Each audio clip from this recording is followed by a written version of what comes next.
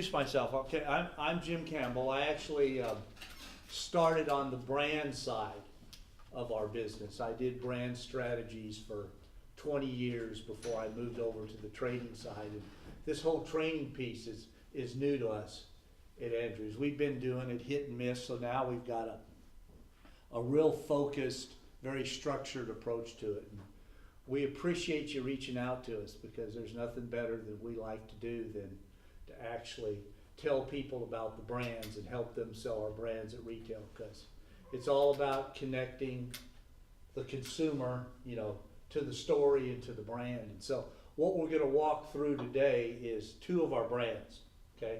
They're really small brands in the scheme of things. When you look at us as a distributor, we sold 35 million cases last year. We're the 6th largest distributor in the U.S. But these two brands, may have sold between the two of them 8,000 cases total. So they're not really, really big brands, but they got really neat stories behind them. And, we think that they could really fit a certain consumer experience out there if we can just connect the consumer to the brand, because they're both really neat, really cool brands to sell. First one we're going to talk about is a little Japanese brewery called Coedo. Okay, Coedo's located about a 45-minute train ride from Tokyo, a little bit north, a little bit to the east, and they've got a really, really unique, exciting, interesting story. They sell 5 different brands of beer. They all have a lot of German heritage to the brands. We're going to talk about 3 of them in particular, okay? We're going to talk about Shiro, which is the Hefeweizen. We'll spend a little time talking about Shikoku, which is their black lager. And then we'll talk about Beniaka, which used to be a lager brewed with sweet potatoes. Now it's an ale brewed with sweet potatoes. They just changed it up a little bit. And you can see, they're very colorful. I'll tell you a little bit about each one of the brands. The brewery itself is relatively new when you look at, when you compare it to, say, Kronbacher, which we're going to talk about in a little bit. The brewery was actually formed in 1996. It's in a little town called Kawagoe. And like I said, Kawagoe is about a 45-minute train ride north and east of Tokyo. Coedo actually stands for literally Little Tokyo. And because before Tokyo became the capital, it was known as, we know it as Tokyo. It was called Edo. So Coedo actually stands for Little Tokyo. They do German-style beers, which you'll find when you were probably on the craft side. You've done probably a lot of craft samplings. A lot of those samplings were, all of those brewmasters are primarily Belgium-style beers or German-style beers. They all took all of their learnings from Germany. What makes them unique to not only most of the beers that we sell, but especially the imported beers, is they ship everything from Japan cold. So it's 100% cold from the brewery all the way to us. So they use refrigerated tankers to get it across the Pacific. It's loaded onto refrigerated trucks that deliver to us. We refrigerate all the product. We take it out to retail. We hoping that the retailer refrigerates it, okay? Sometimes we're successful, sometimes we're not. But that's what makes it a little bit unique, or a whole lot unique. And when you compare it to the other Japanese beers that are out there, nobody does that. Nobody has that strict of a shipping standard that everything is refrigerated all the way to us. And if you've dealt with Tim before, Tim's got and it'd be great maybe one day that they come in and join us. Tim has got a presentation we call Profit 2, which is called Prevention of Off Flavors in Tier 2, which is the distributor. And he talks about the effect of heat and light on beer. How it'll just automatic, you take a beer in a clear bottle like Corona, which we sell a lot of, and other brands that come in a clear bottle or a green bottle, and you put it out, within minutes, the light is already destroying that beer and changing the flavor. So they ship everything from Japan cold. Their family was instrumental in getting organic farming off the ground in Japan. So they've been doing organic farm to table since 1970. So a lot of what they do, and when we get into their brewing standards, you'll see a lot of what they do ties right back into where their roots are. You can look at the bottles, you can look at the beer, very aesthetically, very beautiful, very nice colors. I'll explain, the names on each one of the brands as we go through. And Coedo, their tagline is "Beer Beautiful." So they think when you look at their presentation and how they do things, they're tied into all the beautiful things, all the aesthetic things. These are what they compete against, and they're really not competition. Okay, you've got Kirin out there, Asahi, Sapporo. Those are probably the most notable Japanese beers. They're not even imports. Okay, Kirin's brewed in Los Angeles. Asahi's brewed in Vancouver, and Sapporo's brewed in Ontario. So when people say, well, I can get this imported beer, it's a lot cheaper. Well, it's not actually imported. There's a lot of other beers out there. Beck's used to be brewed in Germany, now it's brewed in New York. Red Stripe used to be brewed in Jamaica. It's actually brewed in Tennessee. They're moving it back to Jamaica. Heineken just recently bought Red Stripe, Heineken USA, which is the importer, and they're going to move the production back to Jamaica. But there's a lot of imported beers out there that are actually brewed in the U.S., and then they're pushed out and they're sort of marketed as imported beers. They're not. But those are the three main competitors out there. Coedo, real small batch. They only do about 500,000 cases of beer worldwide. So that's not a whole lot. That's about as much beer as we as a distributor sell in about 4 days. So what we sell in 4 days, they sell in a year. So when we brought them here, we didn't expect to sell a lot of it. Okay, we expected it to fit just a certain group of people, and it was very consumer based, but it was also very occasion based. Okay, we're not going out after a lot of distribution, so we're trying to build the brand around the occasions that it really fits.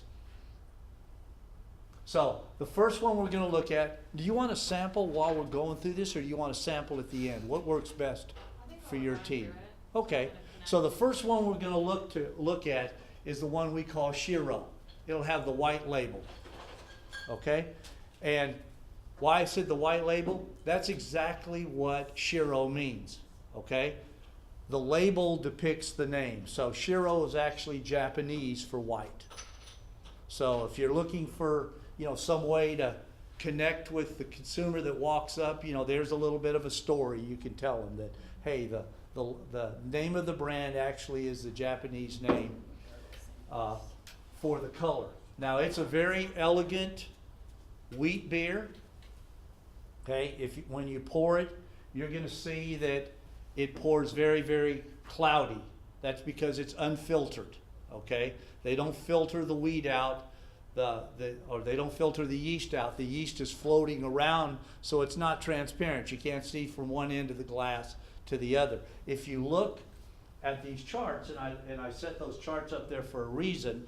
Okay, it's what we're going to call yeast forward. Okay, so it's going to be very yeast forward. So when you smell it and sample it, you should pick up, banana. You should pick up like bubble gum. There may be some clove. It just depends on your taste buds. It's my favorite style of beer. It's what they call it's more of a German Hefeweizen type it's my favorite style of beer. It's very easy drinking, goes down really, really clean. It finishes, you know, very refreshed. You'll smell. I smell bananas. I'm real big. My taste buds aren't what they used to be. I'll smell the bananas. You swirl it around in your mouth. You know, it's about 5.5% ABV. That's alcohol by volume. Okay, that qualifies it as what Texas considers an ale. So it won't be the highest ABV beer we'll taste. Beniaka will be a little higher, but it's 5.5. The IBU, do you understand IBUs, if anybody? Okay, that's the bitterness unit. You'll notice it doesn't come off very bitter. You know, it's not an India Pale Lager or an India Pale Ale that may have IBUs up in the 50, 60, 70 range. So it's pretty hop friendly, I guess you could say. And you understand SRM, if anybody asks you? That's just the color of it. The lower number being the more transparent it is, and then when you get up into the 40s and the 50s, when you get to Shikoku, which is probably the next one we're going to sample, Shikoku's black, it'll have a high number. Any questions on that? There's some more information that, you know, we'll get near the end, and there's some comments that some of the brewers have made. One in particular that I like is the head brewer over at RAR. He said this portfolio was probably the best portfolio he'd ever tasted, from the standpoint of all the beers being right on style. Okay, so this is, he said, the perfect example of a German Hefeweizen. The Shikoku was a perfect example of a black lager or a Schwarzbier, and nobody else does a beer that's brewed with 75% of the malt coming from the sweet potato. So nobody does that. So it's the most perfect he'd ever. So this is a great portfolio of beers. Okay, next one we're going to talk about is Shikoku. Shikoku is their black lager or their Schwarzbier, since these are all traditional German styles. Shikoku stands for black or onyx in Japanese, so that's why the label is black. Very unusual in that it uses 9 different malts. So it's a combination of 9 different malts, but only 1 hop. So like most lagers, you're not going to smell anything, okay? And you're not going to get a lot of bitterness out of it, because lagers traditionally finish very clean and very refreshing. So Shikoku's not any different. A lot of misconceptions, because most people will think that anything that's dark and anything that's black's got to be heavy. Well, Guinness is a great example of one that everybody thinks is like motor oil, but you can float Guinness on top of Miller Lite, you could float it on top of Coors Light. If it were that heavy, it would sink down to the bottom. So this is another one that, even though it looks very, very dark, comes off very, very refreshing. It's very complex. You know, you'll taste sort of like dark fruits in there. You know, I get cherries and things of that nature when I'm sampling it or tasting it. So it's a very complex beer, and it's caused by using 9 different malts in the brewing process. Any questions about Shikoku or anything? It's 5% ABV, so it has less ABV than what you tasted before with the Shiro. IBUs, non-existent per se. 14, if you want some sort of relationship, Miller Lite, Coors Light, the domestic premium brands that everybody's used to, are about 8 or 9, 6, 7, 8 or 9. So it's not much more bitter than they are, but the color is a whole lot different. 50 is about as high on the SRM scale as you can get when it comes to you can't see from one side of the glass to the other side. has a really, really, if you pour it, has a really, really nice caramel colored head to it. So it's really, really neat. Liked it, huh? Yeah. That's great. So, Do you have the phonetic spellings of these beers? yes, Like somewhere? right. On another slide that I can send you that's part of it, so there is the phonetic selling, or if I can't find that slide, when I send it over to you, I'll put the phonetic Okay, good. Thank you. selling on it. Just like it's pronounced Coedo instead of Coedo. Even though it's C-O-E, it's pronounced C-O-A. So the last one of this particular portfolio we're going to sample is the Beniaka, okay? When it originally came out, it was a lager. They actually brewed 4 lagers and only 1 ale. The Shiro, which is the Hefeweizen, the one you tried first, was the only ale in their lineup. One of the reasons they did that, being a small brewery, and this is just conversation piece, you know, you can have with some of those customers that really care. As Jessica will tell you, I'm a wealth of needless information, is that it's a lot easier to schedule brewing when you're consistent across your whole portfolio, okay? And so if you have all lagers or you have all ales, it's much easier to do it because the fermentation side of the business is so much less. They're unusual in most of their beers will ferment in the tanks anywhere from 40 to 70 days. Most craft consumers will understand that the longer you keep it in the fermentation tank, the smoother the beer is, okay? And they do all cold fermenting. So the beers all come out, whether they're ales or whether they're lagers, they come out very smooth and, you know, very unassuming. And Beniaka is no different. Beniaka uses sweet potatoes in the brewing process. What they do is there's a sweet potato called Kentucky. Now, sweet potatoes are really a prevalent vegetable in Japan, believe it or not. And they have very high agriculture standards that they measure them against. So what Coedo does is they buy all the sweet potatoes that don't meet agriculture standards from one region of Japan, and that region's Saitama. Okay, so they will buy those sweet potatoes. They slow roast them at about 200 degrees, and then they pull off that residual sugar. They add it with 25% malt. So in the brewing process, it's 75% sweet potato, 25% malt, which is nobody does. So that's what gives it the unique color and the unique taste. And they'll pull that off, and then they'll take 40 to 70 days of fermenting before they bottle it and everything. So it's really, really unique. Has a beautiful, beautiful color. Did you already pour that out?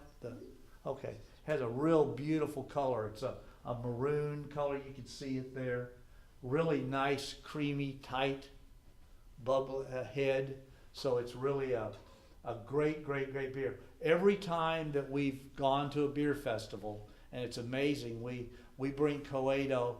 You would not think such a small brewery would have such a big following, but when we go to Untapped, Dallas or Untapped, the longest lines in the whole place are at the Coedo line.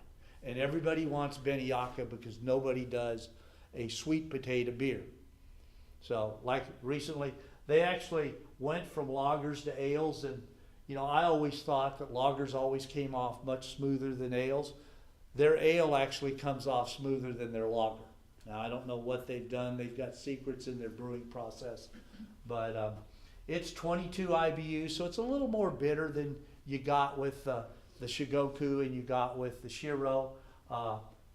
Different color, you know, it's much darker than the Shiro was, but not quite as dark as the Shikoku, so it's somewhere in the middle, and it's 7% ABV, so it's a lot higher in alcohol than the first two that you sampled.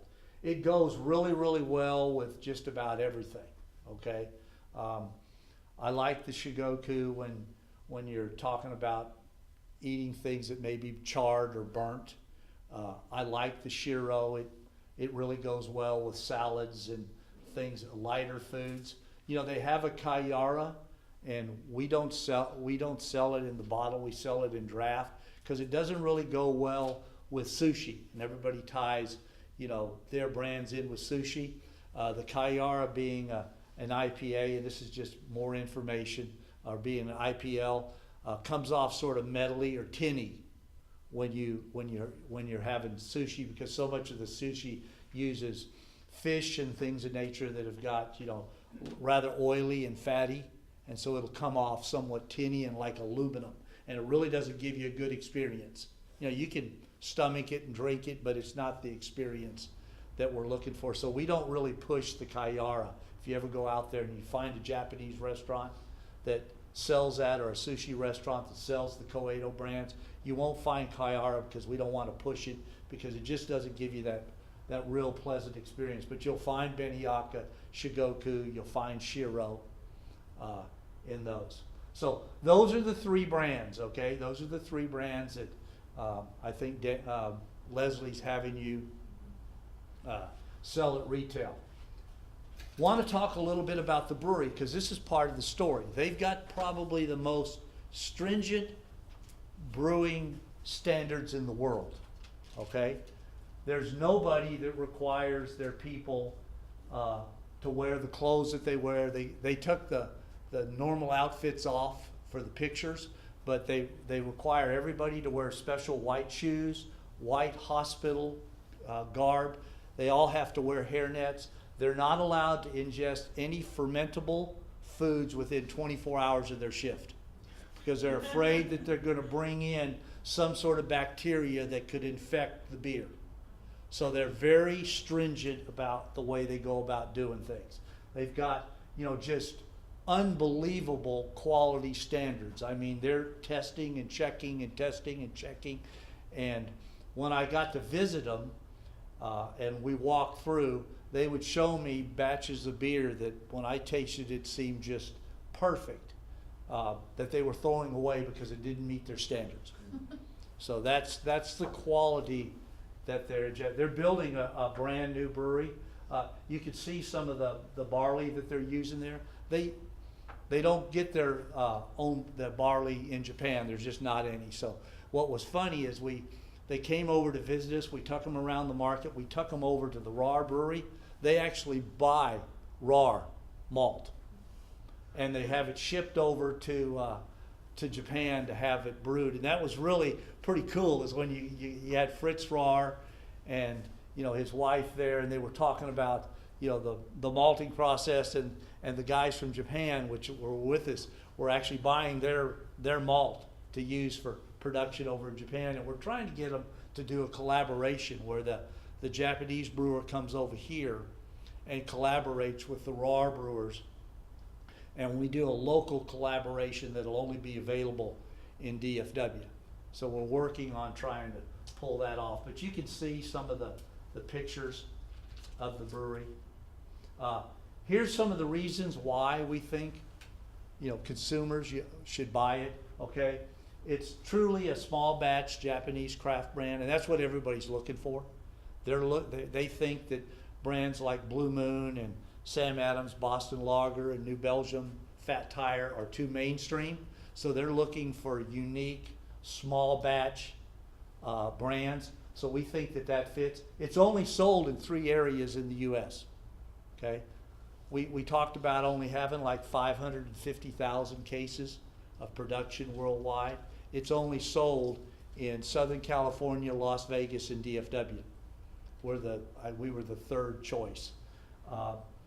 It provides a really unique experience. You know, if you want to really get into what Japan's all about, this beer does it. You know, you can look at the aesthetics of the bottle. You can look at the great craftsmanship in brewing it.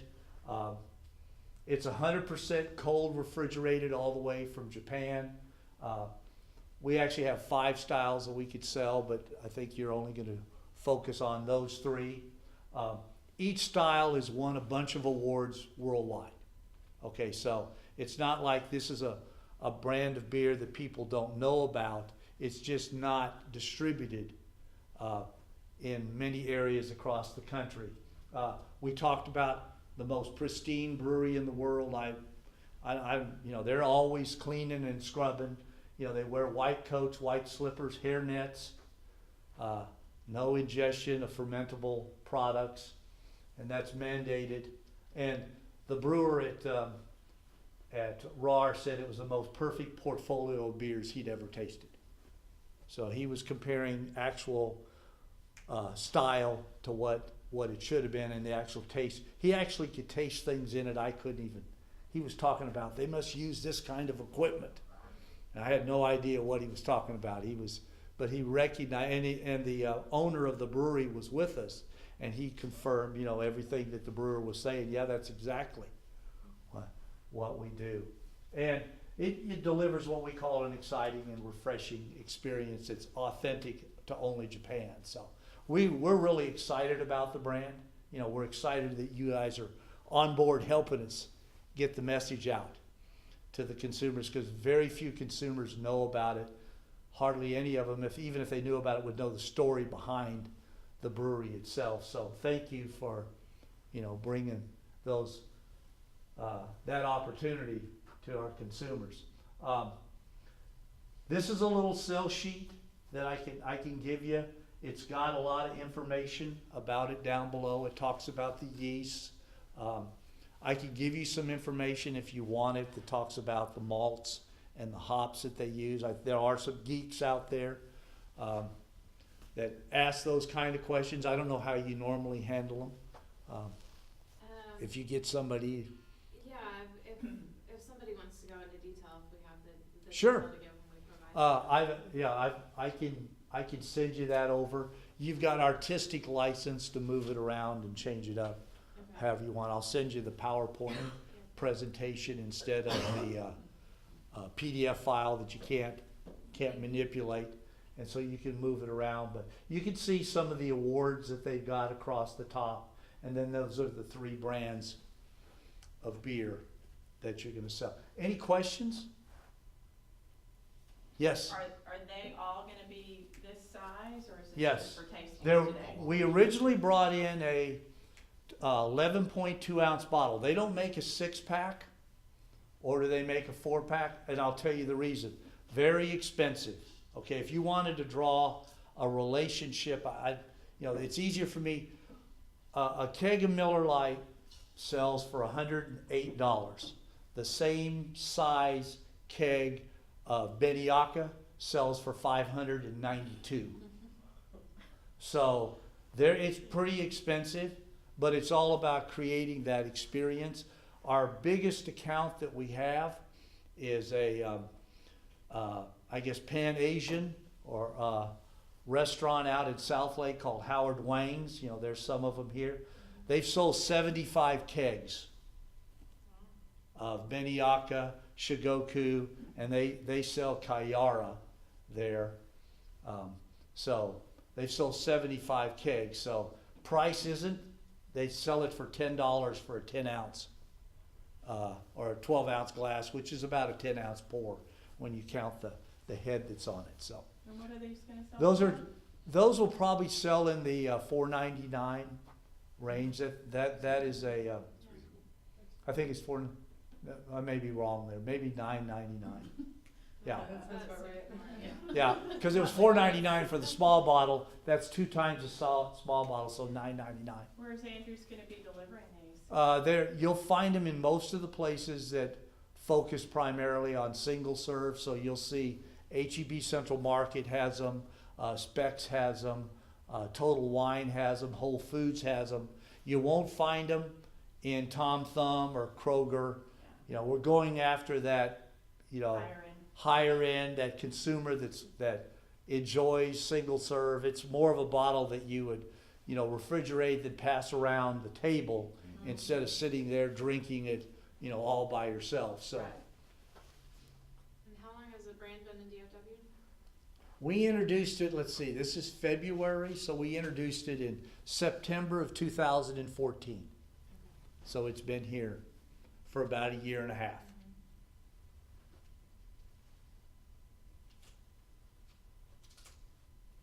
So, any additional questions you might have? It's very thorough. Well, we can give you more. We can cover you up with stuff if you wanted it, but nah, this is, I think you won't get, I know I've worked a lot of the beer festivals, and I've been there, and I try to cover off on most of the questions that people will ask, and they love the story. I mean, when you start to tell them, oh, this is made with sweet potatoes, or you tell them that it's 100% refrigerated, all the way from Japan to here, then they love the story and tied behind it. And they understand, Japanese have always been known for, really high quality products. They don't cut corners. But there's the little hop symbol that they use.